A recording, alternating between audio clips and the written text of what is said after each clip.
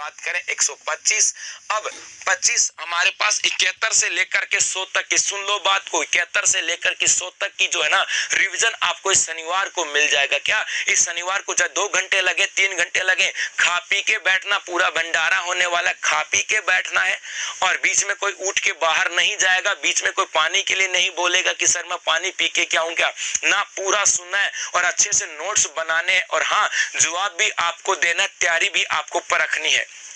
सबसे पहले भूगोल की बात करें, बताओ मृदा की क्षारीयता की समस्या के समाधान हेतु किसका प्रयोग किया जाता है। चलो देखो यहां से क्वेश्चन एक नहीं है, 3-4 प्रश्न आपको बताने हैं। जैसे हम किसकी बात करें, मिट्टी की बात करें, इस मिट्टी का सामान्यतः जो पीएच मान होता है वो लगभग 7 के पास होता है। मिट्टी का सामान्यतः यदि हम बात करें पीएच मान कितना होता है, 7। यदि ये पीएच मान 7 से कम हो जाए, 7 से क्या हो जाए, कम, तो मिट्टी कैसी हो जाती है, अम्लीय। मिट्टी कैसी हो जाती है भाई, अम्लीय की बात की जाती है। और यदि पीएच मान 7 से क्या हो जाए, ज्यादा, तो मिट्टी क्या हो जाती है भाई, क्षारीय। तो मिट्टी क्या हो गई, क्षारीय। ये आपको ध्यान में रखना। और मिट्टी चाहे अम्लीय हो चाहे क्षारीय हो, दोनों स्थिति के अंदर इस मिट्टी की उत्पादन क्षमता जो है ये घट जाती है। और जब मिट्टी क्षारीय होती है, जब मिट्टी क्षारीय हो जाती है तो ऐसी स्थिति में इसको क्या इसमें डाला जाता है ताकि उसकी उत्पादन क्षमता बढ़ जाए। तो आपका जवाब क्या हो जाएगा, जिप्सम। क्या जवाब हो जाएगा, जिप्सम। तो ये तो इसका जवाब हो जाएगा भाई, किसकी बात करेंगे, जिप्सम। लेकिन एक प्रश्न और बता दो, यदि मिट्टी अम्लीय हो तो ऐसी स्थिति में उसके अंदर क्या डाला जाता है भाई, ऐसी स्थिति में उसमें क्या डाला जाता है ताकि भूमि जो है ना, वो मिट्टी जो है ना, वो वापस से उपजाऊ बन जाए। तो किसकी बात करते हैं, चलो जी जिप्सम और रॉक फॉस्फेट की यहाँ पर बात की जाती है। तो रॉक फॉस्फेट का नाम आ रहा है, जिप्सम तो सबने जवाब दे दिया कि सर क्षारीय मिट्टी की यदि हम बात करें, उस मिट्टी को उपजाऊ बनाने के लिए किसकी बात की जाती है, जिप्सम की बात की जाती है। क्वेश्चन यहाँ पर बात की जाए क्या अम्लीय हो जाए तो किसकी बात की जाएगी भाई, अम्लीय की बात की जाए तो याद रखना एक तो चूने का भी नाम यहाँ पर आ जाता है, किसका, चूने का भी नाम यहाँ पर आ जाता है। और एक यदि हम बात करें रॉक फॉस्फेट की भी हम लोग बात कर सकते हैं, क्या रॉक फॉस्फेट की भी हम लोग बात कर सकते हैं। तो रॉक फॉस्फेट और चूना की बात करें, ये इसके साथ आ जाता है, रॉक फॉस्फेट और चूना की बात यहाँ पर कहलाती है। ठीक है, तो ये क्वेश्चन कई बार पूछा जाता है, बेसिक सी एग्जाम के अंदर भी पूछ लिया जाता है। उसके बाद है पश्चिमी राजस्थान में किस समूह की मृदा पाई जाती है। इस पश्चिमी राजस्थान की बात करें और यहाँ पर कैसी पाई जाती है, सामान्यतः एंटीसोल मिट्टी पाई जाती। कैसी, एंटीसोल।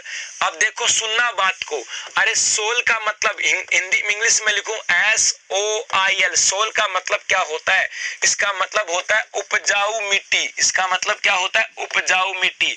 और जहां उपजाऊ मिट्टी नहीं होगी इसकी ऑपोजिट क्या होगी भाई, जो मिट्टी उपजाऊ होगी उसे तो क्या बोलते हैं, सोल कहा जाता है। लेकिन जो मिट्टी उपजाऊ नहीं होगी वो क्या हो जाएगी, एंटीसोल, उसके ऑपोजिट हो जाएगी। तो यहाँ पर सोल नहीं है, कैसी है, एंटीसोल। तो क्योंकि यहाँ पर कम उपजाऊ मिट्टी पाई जाती, उपजाऊ नहीं पाई जाती, तो उसका नाम क्या जाएगा, एंटीसोल की बात यहाँ पर की जाती है। राजस्थान के किस जिले में बांकी पट्टी का विस्तार है। तो भाई राजस्थान की बात करें, याद रखना इस नागौर से लेकर के अजमेर का जो क्षेत्र आता है, इसी क्षेत्र के अंदर एक पट्टी आती है जिसे कहा जाता है बांकी पट्टी।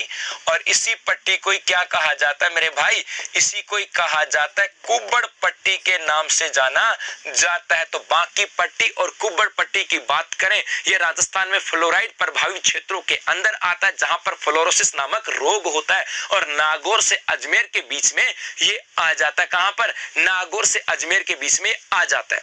उसके बाद है नदियों द्वारा लाई गई बारीक उपजाऊ मिट्टी को क्या कहा जाता है। अरे नदियों के द्वारा, इसका मतलब नदी के द्वारा उठाई गई मिट्टी, क्या बोलेंगे, अरे नदी के द्वारा उठाई गई मिट्टी। और उस मिट्टी को क्या कहा जाता है, अरे जलोढ़ मिट्टी कहा जाता है। क्या बोलते हैं, जलोढ़ मिट्टी कह दो, या इसको हम लोग एक नाम और कह सकते हैं, क्या बोलेंगे इसे, एल्फीसोल। तो जलोढ़ मिट्टी या इसे हम लोग क्या कहेंगे भाई, एल्फीसोल के नाम से इसे जाना जाता है। जलोढ़ मिट्टी या एल्फीसोल के नाम से इसे जाना जाता है। तो हो जाए इसका स्क्रीनशॉट। ये बेसिक से क्वेश्चन है जो कई बार एग्जामों में पूछे जा चुके हैं। चलो जी, उसके बाद आ जाता है इतिहास की बात करें। 1857 की क्रांति के समय आहुआ के ठाकुर कौन थे? तो भाई ऐसा कोई राजस्थान में होगा नहीं जिसे ये नाम नहीं पता होगा कि 1857 की क्रांति की बात करें और उस समय आहुआ के ठाकुरदार कौन थे? तो याद आ जाएगा ठाकुर कुशाल सिंह चंपावत। क्या नाम है? ठाकुर कुशाल सिंह चंपावत की बात की जाती है। कुशाल सिंह चंपावत की बात की जाती है। और इनकी कुलदेवी कौन थी? सुगाली माता। कौन थी भाई? सुगाली माता इनकी कुलदेवी आ जाती है। उसके बाद है बिथोड़ा का युद्ध कब हुआ था? अच्छा क्वेश्चन है भाई, बताओ बिथोड़ा का युद्ध कब हुआ, कहां पर है बिथोड़ा और किस किस के मध्य हुआ? तो बिथोड़ा का युद्ध कब हुआ था? 8 सितंबर 1857 को हुआ। कब हुआ? 8 सितंबर 1857 को हुआ था। कहां पर? बिथोड़ा के अंदर, इसीलिए इसका नाम बिथोड़ा का युद्ध पड़ा। और ये बिथोड़ा कहां पर है? अरे पाली के अंदर है। कहां पर है? पाली के अंदर है। और ये युद्ध किस किस के मध्य हुआ? तो भाई एक तरफ तो था ठाकुर कुशाल सिंह और क्रांतिकारी, ठाकुर कुशाल सिंह और क्रांतिकारी, और इनके ओपोजिट कौन थे मेरे भाई? तो इनके ओपोजिट कौन कौन थे? याद रखना, एक तो हितकोट की सेना थी। किसकी थी? एक तो नाम आ जाता है हितकोट व जोधपुर की सेना। हितकोट और जोधपुर की सेना की बात करें, ये सेना एक तरफ थी और ये यहाँ पर आपस में क्या हुआ था? विद्रोह हुआ था। क्या विद्रोह यहाँ पर होता है? और ये किसका? बिथोड़ा का युद्ध हुआ और जीता कौन? ठाकुर कुशाल सिंह की बात यहाँ पर की जाती है। चलो, गोरे कालों का युद्ध किसे कहा जाता है भाई? किसे कहते हैं गोरे कालों का युद्ध? तो याद रखना, जो चेलावास का युद्ध आता है, किसकी बात करें? अरे चेलावास का जो युद्ध आता है, इसी चेलावास के युद्ध को क्या कहा जाता है? गोरे और कालों का युद्ध कहा जाता है। और ये चेलावास का युद्ध कब हुआ? 10 दिन के बाद ही हो गया था, 18 सितंबर 1857 को। कब? 18 सितंबर 1857 को। किस किस के मध्य? ठाकुर कुशाल सिंह और पैट्रिक लॉरेंस एक तरफ थे। एक तरफ तो कौन थे? एक तरफ नाम आ जाता ठाकुर कुशाल सिंह। ठाकुर कुशाल सिंह का नाम आता है और इसके सामने कौन थे? तो याद रखना, पैट्रिक लॉरेंस की बात की जाती है। पैट्रिक लॉरेंस की सेना के साथ ये युद्ध हुआ था। और अगला क्वेश्चन जो है इसका देखते हैं जवाब कौन देता है। सुगाली माता मूर्ति वर्तमान में कहां पर रखी हुई है? सुगाली माता की मूर्ति की बात करें, ये वर्तमान में कहां पे रखी हुई है? बता दो फटाफट से भाई, कौन बताता है यहां से? तो याद रखना, इसके दो चीजें आती हैं। एक तो आता कि बांगड़ संग्रहालय की बात की जाती है। किसकी? बांगड़ संग्रहालय की बात की जाती है। ये बांगड़ संग्रहालय कहां पर है? पाली के अंदर है।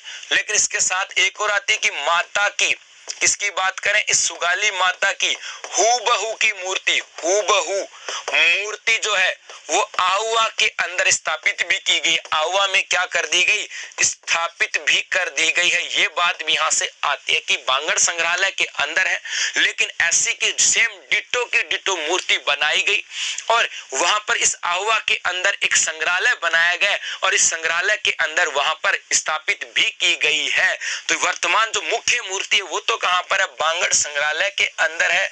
और हूबहू एक मूर्ति जो है वो कहां पर रखी गई? इसी आहुआ के अंदर इसे स्थापित कर दी गई है। ठीक है, तो ये सब चीजें यहां से आ जाते हैं इसके इतिहास से संबंधित। अब चले